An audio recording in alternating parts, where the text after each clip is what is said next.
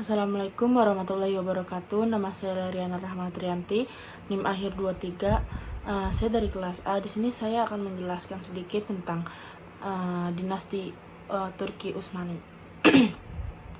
Pada poin ini saya akan menjelaskan 4 poin penting pada masa dinasti Turki Utsmani ini. Pada poin pertama yaitu ada sejarah berdirinya Turki Utsmani, yang kedua ada penaklukan kota Konstantinopel, yang ketiga ada wilayah kekuasaan Turki Utsmani, yang keempat atau yang terakhir ini ada kehancuran dan kemunduran Turki Utsmani. Lanjut ke poin pertama. Poin pertama yaitu ada sejarah berdirinya Turki Utsmani. Saya akan menjelaskan dan menyebutkan orang-orang yang penting pada masa sejarah berdirinya Turki Utsmani. Yang pertama ada rakyat-rakyat Turki, yang kedua ada Sultan Jalaluddin, yang ketiga ada Sultan Alauddin II dari dinasti Saljuk, yang keempat ada Ertugrul, yang kelima ada Utsmani.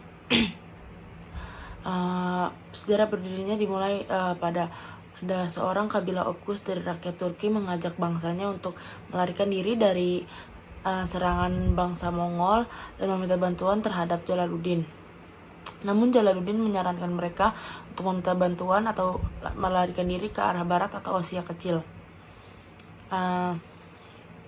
Mereka bertemu dengan Sultan Alauddin dari dinasti Saljuk, dan selain Sultan Alauddin, mereka juga bertemu dengan Ertugrul.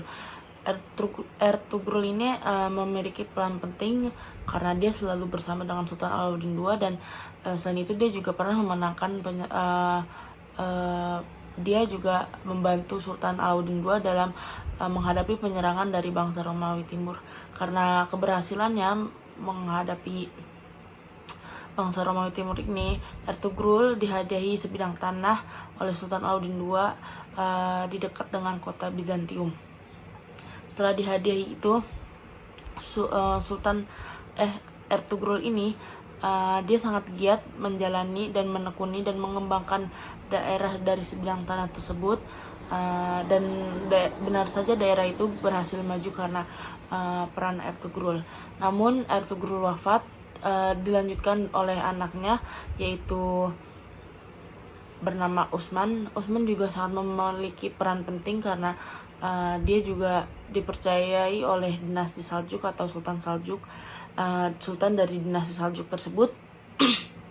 Lalu si Utsman ini juga selain itu karena dia memiliki sifat yang jujur, amanah dan baik, dia juga diangkat menjadi seorang gubernur, dan namanya juga selalu disebut-sebut dalam khutbah Jumat.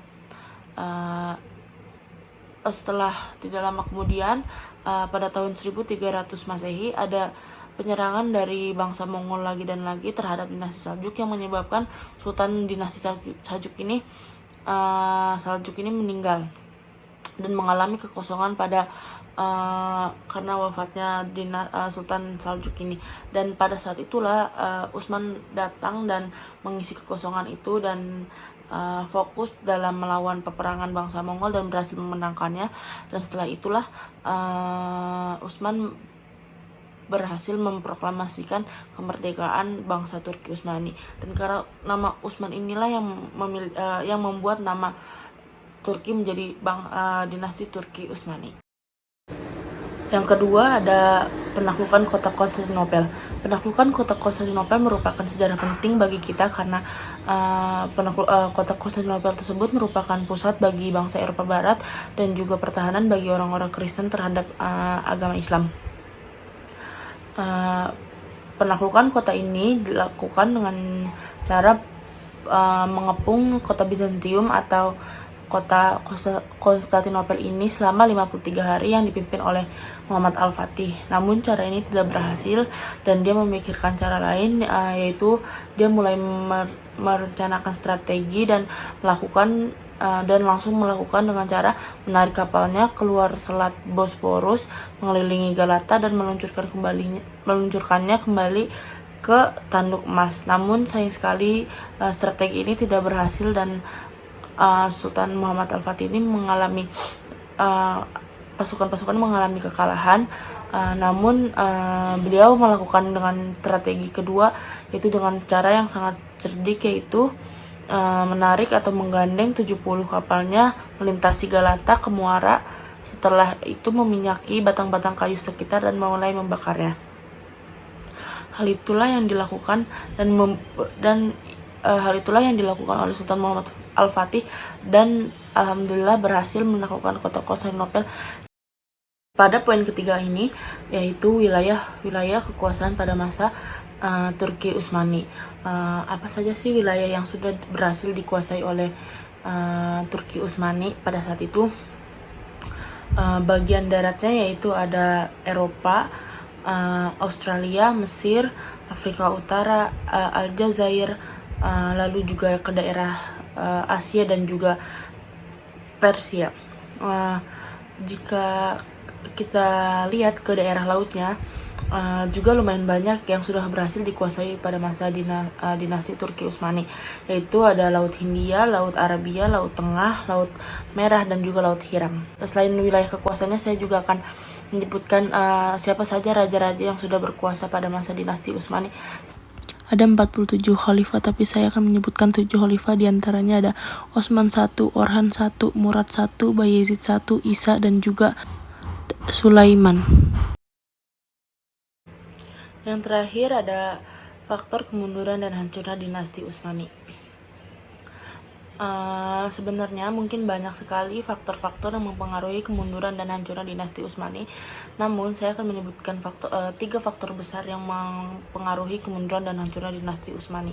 Yang pertama adanya penyerangan dari bangsa-bangsa Eropa imperialis, yaitu dengan cara perang pemikiran, yang mungkin sudah pada masa dinasti Utsmani ini rakyat-rakyatnya sudah tidak mampu menanggapi atau melawan perang pemikiran melawan bangsa Eropa imperialis ini.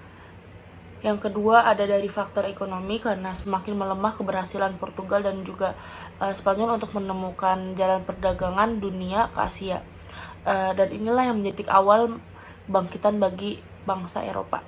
Yang ketiga ada faktor internal dari bangsa Turki Utsmani tersebut, karena pemerintah mulai menerapkan sifat yang bermalas-malasan, bermewah-mewahan, atau berfoya-foya. Karena hal inilah yang memacu pemerintah melakukan tindak korupsi atau kejahatan-kejahatan lain pada negaranya. Jadi itulah faktor-faktor yang membuat kemunduran atau hancurnya dinasti Utsmani. Iya, itu adalah cerita singkat mengenai dinasti Turki Utsmani yang sudah saya sampaikan dari awal hingga akhir. Mungkin bagi teman-teman sendiri ada yang ingin menambahkan atau ingin mengoreksi dari apa yang sudah saya sampaikan, silahkan sampaikan saja di kolom komentar di bawah. Dan jangan lupa like teman-teman jika kalian suka. Kurang lebihnya mohon maaf. Wassalamualaikum warahmatullahi wabarakatuh.